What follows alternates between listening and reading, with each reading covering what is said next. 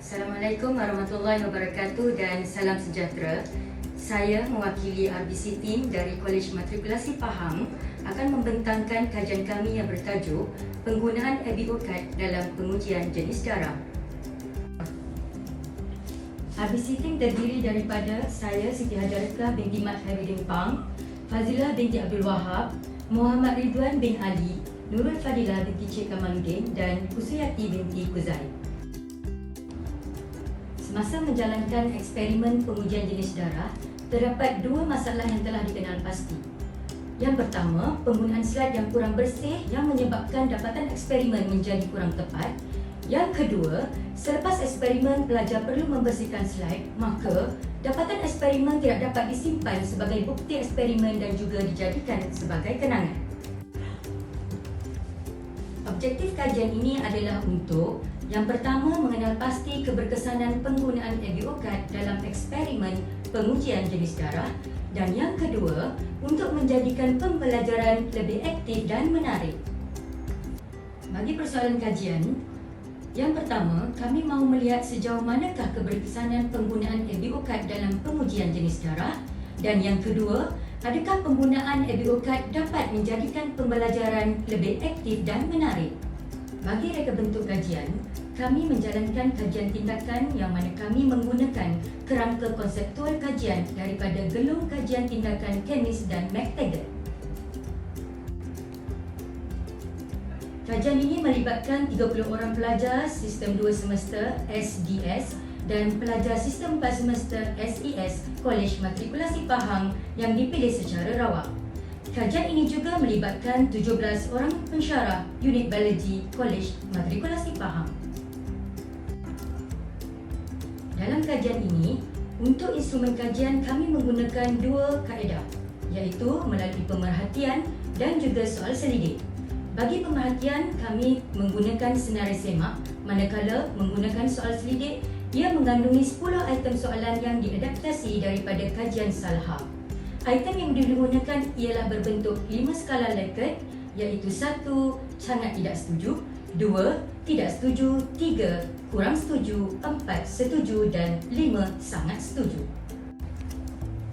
Borang soal selidik ini terbahagi kepada dua bahagian, iaitu borang soal selidik pelajar dan juga borang soal selidik pensyarah. Bersesuaian dengan model Kemis dan McTaggart, kami telah menjalankan dua gelung. Untuk gelung yang pertama, ia melibatkan 30 orang pengunjung Karnival Akademik sesi 2019-2020. Sewaktu sesi ini dijalankan, kami telah menyediakan buku cadangan penambahbaikan untuk diisi oleh pengunjung yang terlibat. Seterusnya, untuk gelung kedua, kami melibatkan 30 orang pelajar yang dipilih secara rawak. Pengumpulan pelajar telah dilakukan di Makmal Biologi Kolej Matrikulasi Pahang. Selepas itu, taklimat telah dijalankan oleh Puan Fazilah binti Abdul Wahab. Kemudian, pelajar telah dibenarkan untuk menjalankan eksperimen pengujian jenis darah menggunakan ABOCAD. Kami telah mengumpulkan data jenis darah pelajar yang terlibat. Seterusnya, kami telah membandingkan data jenis darah menggunakan ABOCAD berbanding dengan data yang telah sedia ada. Seterusnya, kami telah mengedarkan soal selidik kepada para pelajar yang terlibat. Seterusnya, kami juga telah mengedarkan soal selidik kepada para pensyarah. Berdasarkan soal selidik yang telah diedarkan kepada responden iaitu pelajar, didapati untuk item yang pertama, sebanyak 96.9% pelajar telah bersetuju bahawa penggunaan ABOCAD masih dapat memberi keputusan jenis darah yang tepat bagi mereka. Manakala untuk item yang kedua pula, kesemua pelajar telah bersetuju bahawa manual prosedur amali pengujian jenis darah pada ABOCAD sangat mudah untuk mereka fahami. Bagi item yang ketiga, sebanyak 96.9% pelajar telah bersetuju bahawa ABOCAD dapat memberi informasi lengkap tentang pengujian jenis darah manusia. Manakala untuk item yang keempat pula, kesemua pelajar telah bersetuju bahawa ABOCAD sangat mudah untuk digunakan. Untuk item yang kelima, kesemua pelajar telah bersetuju bahawa dengan menggunakan ABOCAD, ia menjadikan pembelajaran amali mereka lebih menarik. Manakala untuk item yang keenam pula, sebanyak 96.9% pelajar telah bersetuju bahawa penggunaan ABOCAD dapat menambahkan kemahiran pengendalian amali mereka. Sementara itu, untuk item yang ketujuh, kesemua pelajar telah bersetuju bahawa ABOCAD dapat disimpan dalam tempoh yang lama. Begitu juga untuk item yang ke-8, kesemua pelajar juga telah bersetuju bahawa penggunaan ABOCAD dapat menjimatkan masa dalam kelas amali mereka. Untuk item yang ke-9, sebanyak 96.9% pelajar telah bersetuju bahawa ABOCAD sangat sesuai digunakan di organisasi lain, contohnya hospital dan pusat asasi.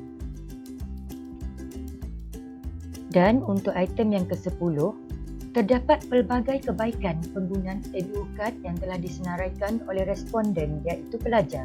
Antaranya, saya lebih memahami tentang jenis darah, mudah untuk saya akses maklumat tentang darah, lebih bersih dan selamat digunakan, smart and useful, dan tak perlu guna slide semasa dalam makmal. Bagi soal selidik untuk pensyarah, terdapat pelbagai cadangan penambahbaikan yang telah dikemukakan. Antaranya, penambahbaikan perlu dibuat kepada reka bentuk kad. Yang kedua, menggunakan kad yang lebih keras untuk tujuan simpanan yang lebih lama. Dan yang ketiga, komisilkan ABOCAD ke institusi lain. Secara kesimpulannya, terdapat 4 kelebihan penggunaan ABOCAD dalam pengujian jenis darah. Yang pertama, dapatan eksperimen pelajar menjadi lebih tepat dan mengurangkan risiko jangkitan penyakit di kalangan pelajar. Yang kedua, mewujudkan suasana pembelajaran yang lebih menarik dan aktif. Dan yang ketiga, pelajar boleh menyimpan dapatan eksperimen sebagai kenangan. Yang keempat, penggunaan ABOCAD bagi menggantikan slide dalam eksperimen dipraktikkan di semua institusi pendidikan.